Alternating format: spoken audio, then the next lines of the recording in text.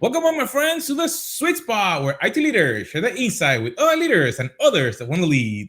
My name is Carlos Vargas. As in every week, I have my two co-hosts. Wait, you guys are together today. I didn't get the invite. We did. Well, we didn't really coordinate. It was this morning, right? It was entirely coincidental that we literally happened to be in the same town. Same town, same time. Arrived the same day, in time. Both in time for the recording. So Paul sent me a text this morning. Hey, can we do 5:15? Or sent us. And I went, wait, yeah, I'll be in Boston. Wait, I'll be in Boston. Ooh, maybe we should record live together. Only one of us are loyal, though. That's the problem. That's true. I am not at the approved Sweet Spot Loyalty Hotel. That's correct. To say, there's only two reasons why I never stay at a Marriott. Reason number one, I'm at a conference that's included within the Las Vegas Strip, right? Because you don't want to have to walk between Caesar's Palace and some Marriott somewhere. That's number one. Number two, if it's in the Disney Hug, right? If it's in a series of Disney hotels, then clearly I'm going to stay at that hotel. So you guys are in Boston? Howard does not subscribe to that, clearly based on this week alone. Okay, so Howard took a new job full time and allowed them to book his travel, and it will not happen again. Perfect. Happened twice, and it will not happen again. The first time was Orlando, right? 3 weeks ago-ish. It was a one day. I didn't really care. Like, I flew in on a Saturday, flew out on a Sunday. Sure. Didn't really care so much, and Orlando is huge, and it was really out in the middle of nowhere. Yeah. So, okay, fine. This one is like 1.9 miles from here. And while it's the conference hotel, I actually prefer not to be at the conference hotels. Well, we're both going to a conference, but different conferences this week. Mine is actually at the Hyatt. I'm not staying there because, of course, I'm not loyal to it. Right. Now, there are local Marriotts to that particular Hyatt. I just didn't like those either. So now I'm here a solid 20-minute walk away. That's not bad. Yeah. So the conference started today? Tomorrow. Yeah, tomorrow. Yeah. There's an event, but I'm not going to that. No. So why would we do that? Are you looking forward to the conference? It's one of those conferences that I have to be there because they send me to it, or what is it? I think we have different reasons. What's your reason? So I'm excited to be here, but I have to be here. So it's a big partner of ours that's putting on the conference. They invited me out to do like an interview speaking bit thing on stage, on their main stage. So I'm excited about that, but I like the partner.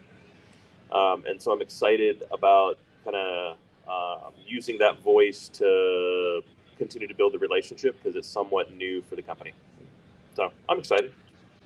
Mine's data and technology conference, intellectually appealing, some data mesh stuff I want to sort of get into, but I have a couple people here that are up on stage that I want to appreciate, and then of course we have some local staff here that I want to spend some time with. That's why I'm here. So I think that we have been in our fair share of conferences. Some good, some bad, some horrible. And I think that it's important for the audience.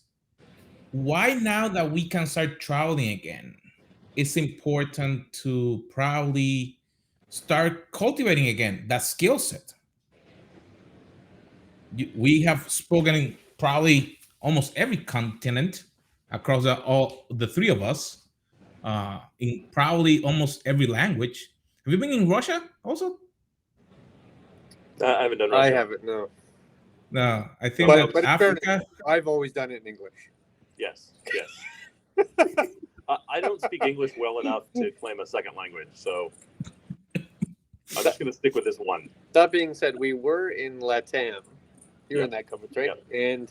And the audience had headphones, right? And they were getting real-time translation. And I'm not sure how well it went because I only knew one side of what's happening. They took a lot of notes. Yeah, there was a lot of notes. Yeah, and there were quite a few questions afterwards, so I liked it. But you're right, Carlos. We do go to a lot of conferences and we speak at a lot of conferences, and the time I spent in the last couple conferences in the last couple weeks, I was able to appreciate, underappreciate, and be distasteful of certain types of presentations. So much so that I've created an interesting analogy for the types of presentations, and I'm happy to walk you through that. Okay, I need to take notes on this. So start. I don't need to take notes so much as I think I want to get comfortable for this. Okay. So as I'm listening, right, there are some presentations you enjoy, some presentations you're really into, like you're really listening, some presentations you're on your phone and doing other things, right? And as I was on my phone doing other things, I kind of started to write down what kind of presentations I was hearing. So if you were to create an analogy of a present, and by that I don't mean past and present, I mean a gift, right? Fully wrapped.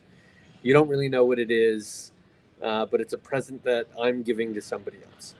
And you were tasked to describe it, either as the giver or the receiver. Lots of different ways you can do that. So the first type of way you can describe it is not knowing much about what's inside of the box and only describing the box, right? You'll go in depth on the wrapping and the ribbon and the process it took to create the wrapper and the hours worth of endeavors of perfecting the lines, how you were cutting it, all that kind of stuff. You were just around the outside because that's as much as you knew. That's sort of presentation number one. And while, that could be interesting for process reasons, it becomes very clear when you're listening to somebody present that they don't have a lot of content, right? It's a lot of context, maybe, but not a lot of content, and therefore it's sort of a superficial understanding of what that present is. That's number one. The second type of presentation is somebody who would describe that present as the toy on the inside, right? Here's the features and functions. Here's what happens when I plug it in. Here's how I play with it. Here's the bells and whistles and dongles on the thing. Here's how it's better than the previous toy I received. That kind of thing, right? It's a very functional description of the thing inside, which might be interesting to somebody who's trying to compare toy 1 versus toy 2, but not necessarily really appreciating the story of the toy. The third type of presentation I've discovered is much more about the buying journey, right? So, I went to Korea and I went into Seoul and I found this nice little store on the side of a back street, and I was looking through and I saw this one thing and it reminded me of you, and I had to go get it, and I bargained for down to $2, and I grabbed it and I brought it all the way home and I wrapped it, and here you go. Awesome. Like that's an interesting, compelling story of how you came about getting this toy. Now, it's kind of like the first one that it's process-wise, but at least it's intriguing and interesting and gives context greater than the present. But it's personal process. Yeah, it's personal right? process. Like the first one is very much observational, yeah, but still technical. Right. So I can technically describe the thing that I am seeing and hope that you see the same thing in your mind's eye. Yeah. But it doesn't really have value because I'm not telling you what's inside of it, and it's a present. Therefore, what's inside is the important part. Right. Then the second one does the same thing on the inside. Yes. Right. Okay. Cool. I no longer get the joy of the opening, which the first one would have given me, right, and thus the wonderment of the surprise when I get there. But I have a much better understanding of why this box is brought here, why it was thought to be a present by what's in it. Right. And then the third one is everything that matters. Because the truth is, like, when was the last time you got a present that wasn't something you could just get for yourself? Very true. Right? Yeah. So since most of the time I can just get that stuff for myself, I'm much more interested in why did you pick this for me? Yeah. I picked it for you because I was standing near the checkout and I remembered your birthday was today and I had to get you something. Right. Much less interesting than 6 months ago, I was walking through this craft fair. Right. And somebody had this thing for sale, and I walked past it 3 times, and it kept bothering me why I kept going past it until I realized it was perfect for you. Right. It reminded me of you, and therefore I had to stop and pick it up. Right? Like that story contains all of the value that gets me intrigued. Now I want to find out everything about the thing because the thing now matters to me. Right. Now what's interesting is that leads to the fourth and final one to which I sort of have discovered. And that's not the story of the giver, but it's the story of the receiver. So it's less about the box, it's less about the toy, it's less about the process of trying to get that toy. It's much more about how I feel receiving it. It's much more about the love I now have for the giver. It's about what I'm going to do with it when I take it home. It's going to be how it's changed my life in some way. It's the passion, it's the sacrifice, it's the emotion of receiving the gift, which is a completely different style of presentation too. Now, I felt 3 and 4 were far more interesting than 1 and 2. Clearly. But I could see that if it was a very technical conference with deep dive practitioner perspectives, that maybe 1 and 2 are more appropriate. So I think it depends, because I think there's also a fifth type. Okay. And the fifth type is someone opens the box and unveils the Oculus Rift to the world for the first time. Right? Sets this device up, and in the background they have playing a demo of the present they just delivered. So you can see like what people do with it, but not how to use it. Right? People are wearing it and going, wow, but you don't know why. Right. There's the mystery. And then the presenter gets up and talks about where they bought the wrapping paper. Right? As in, they've revealed incredibly interesting content and failed to deliver on the promise of that content in any measurable way. Right. Right? They've talked about the least interesting thing for 40 minutes. Right. Well, the whole time you're going, no. Okay, I get it. It was wrapped beautifully. Move on. I want to see the thing. You've already shown me the thing. Give me the thing. Right. And that's the presentation that gives you content on the screen that you're reading and you're going, oh my God, this looks amazing. What the hell is the person talking about? Because it's not that. Nothing they said has been amazing. Nothing they've said has been engaging. Why are you still talking about the box? Right. Why are you still talking about the box? Right. And it's cool if the journey is that important. Why are we on the inside of the box slide? Right. Right. Because I find that to be the worst of all of them. You have something interesting to say, but you do not know how to say it.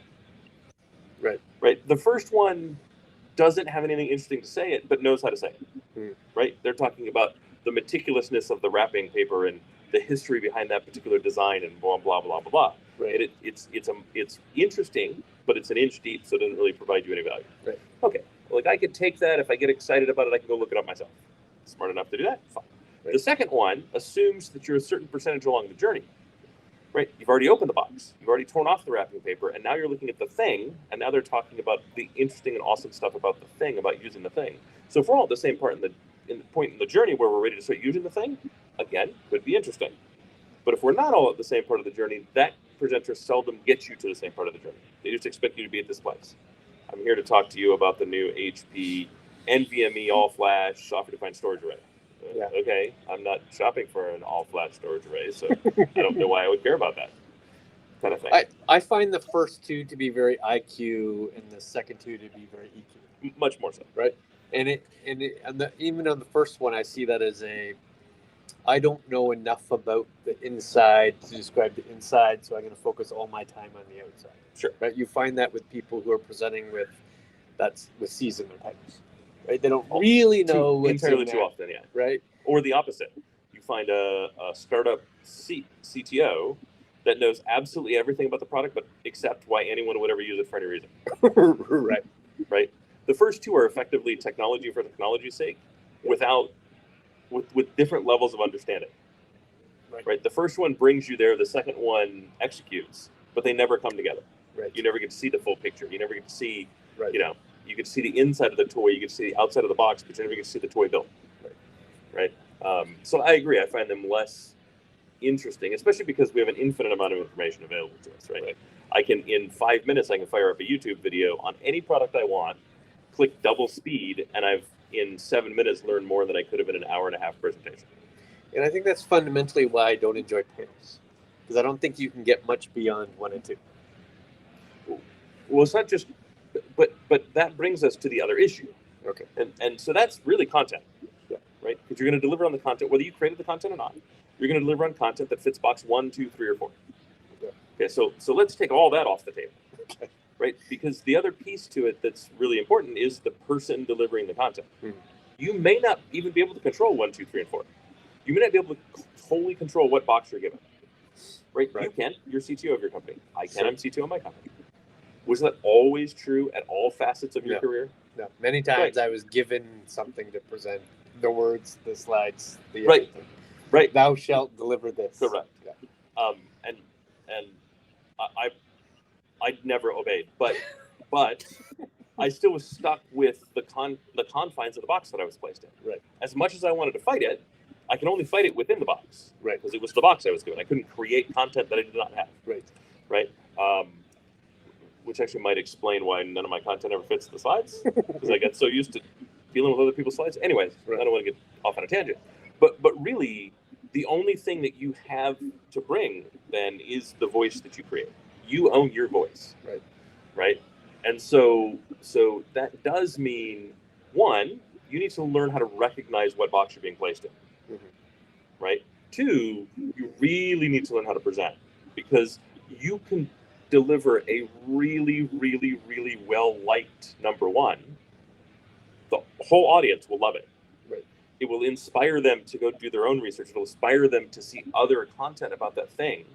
It'll interest them, and you'll still have accomplished the goal even without going deep if you're a good speaker, if you're a compelling speaker, if you've developed a voice that people want to listen to.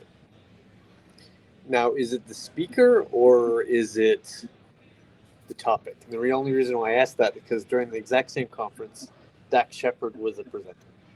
Okay. You're familiar with Dax? Very much. So he did 2 interviews. Interview number 1 was with the CTO of a shoe company. Okay. Interview number 2 was with Kate Hudson. Okay. Distinctly different interviews, yet Yep. they were back to back. Because Dax doesn't have a lot of context, nor likely interest in the technology aspects of the shoe company. Yet he has a clearly personal long history with Kate Hudson, to which they had a deep emotional thing, right? It was not the talent of the interviewer at that point. I It's actually the topic. disagree. Is it? I totally disagree. You think he would have been, Dax would have been he should have been just as successful with both? Absolutely, or he should have got up on stage. Like, okay, look, it's Dax Shepard. He's not like a top A-list celebrity. True. But he's not on the B-list either. He is, well, he probably is. He's probably a A-list or B-lister, right? He costs a fair amount of money to show up. I'm sure. He has a solid reputation.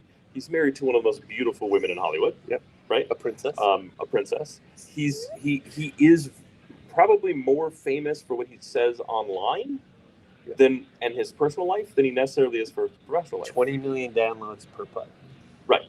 So within the context of that, That's why I a keep person mentioning his name, just so that. just so you hopefully gets picked up. We can do a hashtag Dax Shepard in our liner notes. Correct. So no, but the important part is, like, at some point he should be able to talk about a shoe company, and I think he probably could. But what did the interviewer do to get him interested in the technology of shoes? Probably nothing. How did the interviewer make it personal to Dax to then allow him to Dax make was it the personal? interviewer. That's what I'm saying. Dax was the interviewer? Dax was interviewing both of those. Oh, well, that means they didn't give Dax the information that he needed. I see. Right? I mean, an actor, you're on that side, you're paying them to read lines. Right? Fair enough. So then. But again, it felt right? to me, at least from a audience member, that he clearly wasn't passionate about topic A as compared Oh, to for sure. topic For B. sure. Oh, no, you're going to pay me $50,000 to show up and read the cue cards? I'll show up and read the cue cards. It's fine. Right. Versus you want to get me excited about the shoe stuff, do some prep work with this person so we can have an interesting conversation. Right. I'll still do it for $50,000. Right. You know what I mean? If you're going to pay me, And I think I just think there's enough variables behind that. Yeah. The Unlike what you and I do. interviewee was significantly different too. He For probably wasn't getting the celebrity feedback that Dax kind of requires to riff. Right? He probably wasn't getting any feedback necessary to riff. It's the CEO of a shoe company, Right.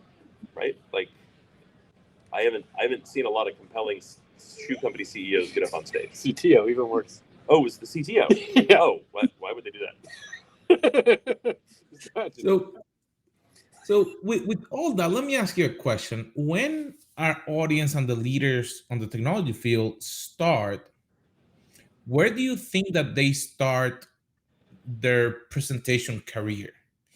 It doesn't matter their leadership position, but when they start delivering, do they start on one, two, three, or four?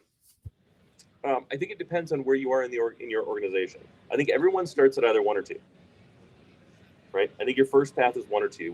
One and two, which is the high level and the in depth, both technical, are generally driven by someone else giving you the seeds of the content, in part or in whole, and then you either take an existing talk track or build your own talk track based on that content. I think everybody starts that way. Mm-hmm. I don't know of anybody that gets the ability to start with their own script and their own content, right? I don't care what actor you are, and if you started at 3, you're still reading someone else's script, right? So I think everybody starts there. The difference, I think, really becomes when you realize just because you're giving someone else's content doesn't mean you have to follow it precisely, and you do need to make it your own. And that's really the value that you add. Having a mouthpiece on stage is not like play on a video behind you and just let it go and just cross your arms if that's what you're going to do, because you're not adding any more value. But you have to admit that's a leap. Like, I bet there was years, I know for myself, there was years where I felt I couldn't get out of the script. That it was my job to deliver that. And it was uncomfortable. It was uncomfortable to get out of that until I realized that was the only way I was going to be successful. No, I don't. To change it into my voice was the only way people would actually want to hear what I had to say. Yeah, I'm not trying to say that it's easy to do. I'm not trying to say that it's simple. I'm not trying to say any of those things. It's none of those things. It is hard to do. It does require a leap. It does require faith in yourself. It also requires practice and training, right? You're not going to do it 5 times and be successful your first 5 times, right? You very well may have enormous stage fright. Like, you may have all these things that you're dealing with. You may not know how to create it. You may not know how to build a voice. You're creating your own trough of disillusionment. Well, it's easy, right? If you're presenting somebody else's content, you can do that successfully hundreds of times. As soon as you start putting in your own voice, all of a sudden the quality goes dramatically down. Correct. Because you're just not prepared for that. Well, what I would say is look at any interview where a comedian, really specifically a comedian, talks about how they get their sets together and what they go through to develop 5 minutes. Mm-hmm. Right? They'll try 1,000 different iterations, and every single time they'll get to what they consider their perfect set, but it gets stale. Right. So you have to change it. Exactly the same way technology gets stale, so you have to change it. Right. And then the set goes like this. Right. As they fight through what's it going to look like before they again get to perfect set. But the perfect set doesn't last any longer than it did last time, so you got to do it all over again. Right? Everybody's seen it before, so you got to do it all over again. Everybody's seen it before. Yeah. Right? It's the same process. You've talked about it. Because mine are always different. I don't script because I don't work that way. Yeah. But yours are scripted. Mine are scripted, and they're incremental changes as I test. Right. But you do the same thing, though. Yeah. You'll change, like, no one changes their whole 5 minutes. They change 1 minute of their 5 minutes. They change 1 bit in their 5 minutes. Yeah. And so that everything else would be great, and then that bit will drop. Oh, I put it in the wrong spot. Right. So we'll move it here. Okay, well, that was a little different. Okay, we'll go here. Oh, the timing was off. Oh, the whatever. Right. And you do the same thing. 100%. Right? And until you once again get it back to that point that you're like, okay, this is ready for prime time. Let's go do this. Exactly. Right? And you may test it live without it being ready for prime time. You're not likely to test it at GCP. No. Right? You're going to test it at a small conference. That's right. You're going to test it small audiences. 30 people. Right. Right? You don't test it on a stage of 4,000. That's right. On a stage of 4,000, we use the old material. Yeah, you use the perfect material. Right. Right. So I mean, I will say, like, there are some techniques. Honestly, stand-up is a great place to do some research. Not that you need to be funny, not that you should try to be a comedian, but their process matches this process closer than anything else. Yeah. There's a few other tricks that I recommend when you're getting started. Right. I am a trained actor, from starting at a very young age. My dad was a theater major. We had some history with that in the family. So I recommend start with Shakespeare and learn a monologue. Ideally, one that you like, that you can find online, that you can watch over and over again. Shakespeare wrote an iambic pentameter, which is lyrical in the way it is spoken. And so the pacing all sounds the way it should sound. It is always engaging. the tone, the timbre, the pace is always good. And if you have somebody you can watch and you can understand that piece of Shakespeare, you can then learn to repeat that Shakespeare and find that for yourself. Then do poetry, right? Then find another monologue that you can do, and just get comfortable with written material and finding the pace and finding where the pace is wrong, and then change the word until the pace is right again. I've taught that technique a lot. I find that technique works. That is absolutely the technique that I use. But again, I don't use a script, so I'm now to the point where I find a script distracting. And for those of us who do not have Howard's intellectual capacity to do any of those things, I couldn't do any of that, I readily admit.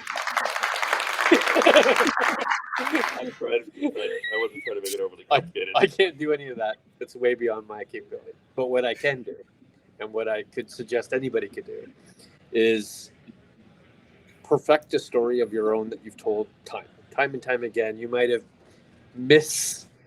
interpreted over time, and it grows in terms of the substantive value. But there's a story in your life to which you could perfect that usually is kind of funny, right? Some vacation you went on that did something, and use that as the baseline and keep telling that story. Modify it as you need for it to become something interesting, and then try to apply that story to some unique circumstance in your work. See if that helps. So there's a very important component to storytelling, especially when you're telling a story about yourself. It requires two things. One, it cannot be 100% true. You have to flex it a little bit. You have to make it a little bit larger than life. Yep. And two, you must be the butt of the joke. Right? You can't be the absolutely sung hero of the story that you are telling. Right? Make yourself the funny part of the joke, or at least included in the funny part. Right? Rub a little dirt on yourself through the story, so that when it's finished, if you do come out shining, you got the tarnish rubbed off a little bit. Mm-hmm. Laugh at yourself. Other people will then laugh with you, not at you. Right? That's so true. And I don't know if we would talk about that a couple of years ago, but there's a course in Udemy that's called The Hero's Journey. And it was made by these guys that actually directed in Hollywood. And they teach specifically that concept, how to help you put yourself into the story and not be the hero from the beginning, because now it doesn't make no sense. Yeah, you can never start as the hero. Right?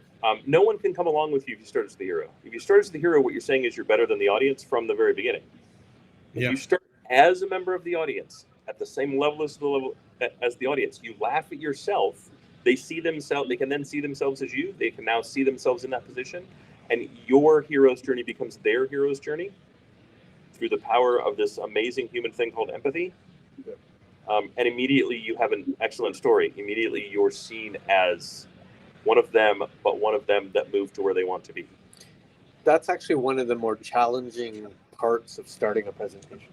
So not only do you want to do that, absolutely, but you also have to set up yourself as being a credible actor. Correct. Right. So in combination, you've got to say, I'm interesting enough to listen to, but I'm humble enough to help go along the journey with you. That is a very difficult thing to bring together at once. Right? Yeah, so you can start with your bona fides, and then you can tell the story of how you got your bona fides through a lesson that was hard to learn. Right. You're right. Yeah, it's not just exceptional intellect. It's no. It's dumb the trials luck. and tribulations that come along. It's the dumb luck. It's the mistakes you made and what you learned from. Right. I mean, let's be honest, right? And I know I've said this before on this podcast. I don't remember the successes that I've had, but I can go through every single massive freaking failure. Sure. And not because there were zero. There were quite a few. Right. I think we all can. I think we can all, like, if we all closed our minds, if everyone listening to this at this point closed your eyes and just thought for a second, what is that one failure point that still bothers you today? What is that one time you messed up? You trusted someone. You did something. You clicked the wrong button. Right? Whatever it happened to be. You deleted something you weren't supposed to delete. You turned something off in the middle of production that was the live system and not the test system. Whatever it happens to be, right? It could be totally personal. What was that one thing? You don't need any more time. You've already thought of it. Right? Oh, absolutely. Right? There's 5 that jump into my mind.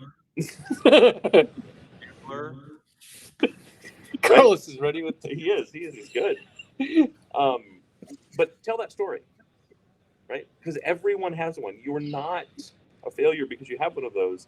Everyone has those. Right? Now you're human, and now you can tell the story of how you learned from that, you overcame, and that launched you on this journey to become this expert.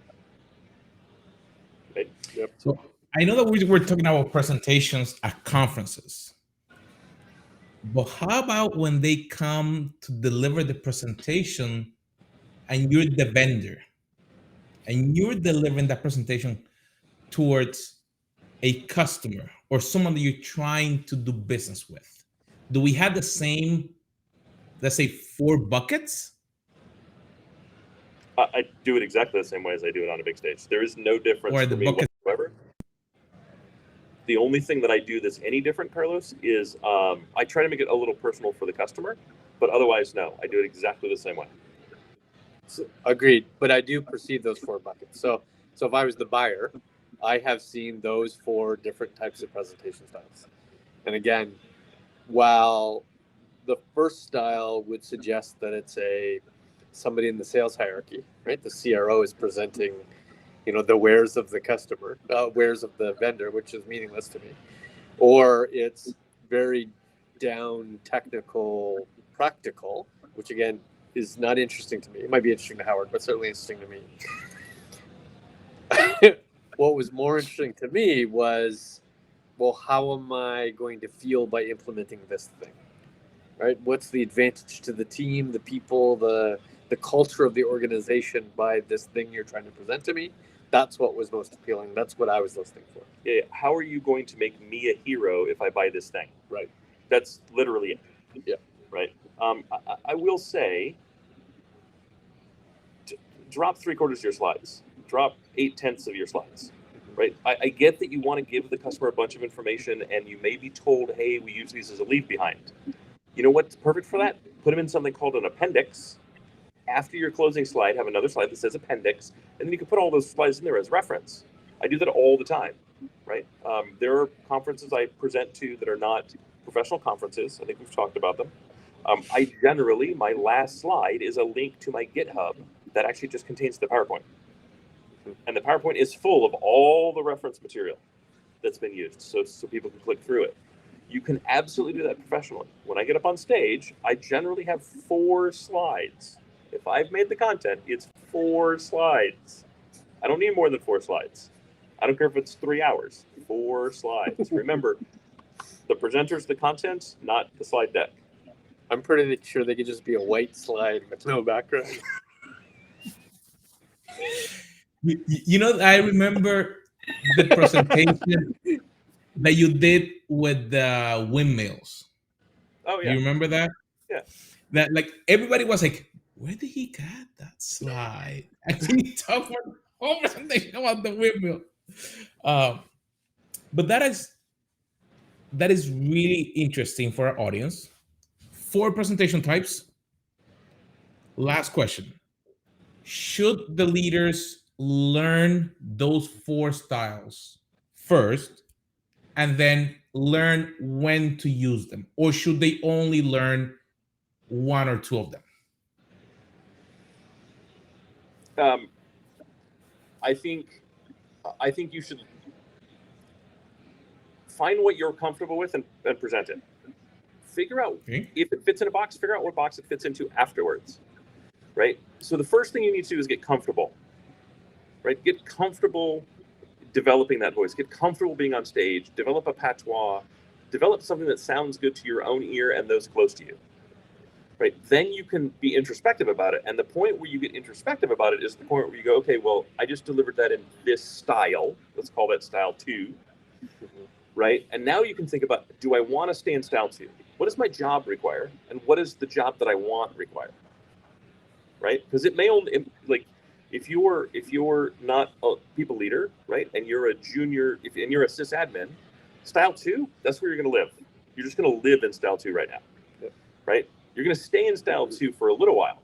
Senior engineer, you probably should be in styles 1 and 3 more.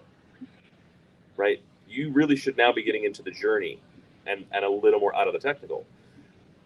But you still probably need number two, the technical, when you're delivering to your team, right? It really depends on what audience you find yourself in, and are you comfortable enough to have more to straddle more than one box? Because that's not an easy thing either. I think it's very difficult to be versatile in this respect. Very, very, because you have a personality, and that's what's coming out in your presentation. And if your personality is superficial, your personality is technical details, if your personality is storytelling from either the process of getting this gift or the emotion of receiving this gift, I'm not sure you could easily cross even based on the audience. However, at the very least, perfect the style to which you do well at versus trying to poorly implement four of them.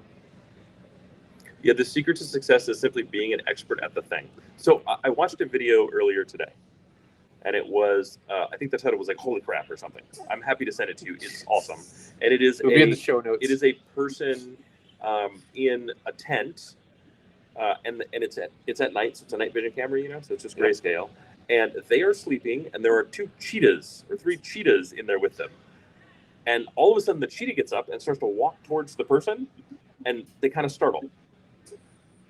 And you're like, oh, was somebody sleeping in like Africa and she just wandered in and this seems like a good place to sleep? Because somebody's going to die. Like, I don't want to watch somebody die. And then the cheetah went over and laid down with that person and cuddled with that person. Needed some warmth. So it turns out that person's job is to sleep with the cheetahs because cheetahs get anxiety at night. And he is their emotional support human. And he calms the cheetahs so the cheetahs can sleep well. Interesting. My point being, if you are an expert at a thing, there is a job for that where you can be very, very successful. If you're an expert at just sleeping with cheetahs, there is a job for you. Find out what you're an expert at and really develop that craft and hone that craft and really show your expertise and show it on stage. You will be well rewarded in whichever of the four boxes you sit in, or a fifth one that we didn't describe, or a sixth one, or a seventh. Title of the pod, Sleeping with Cheetahs. I definitely gonna add that one. Well, my friends, it's been awesome to see you again. Looking forward to see when we can see each other in person again. This was awesome because definitely your presentation style, it's what gonna open doors for you. When you master it, you can keep growing.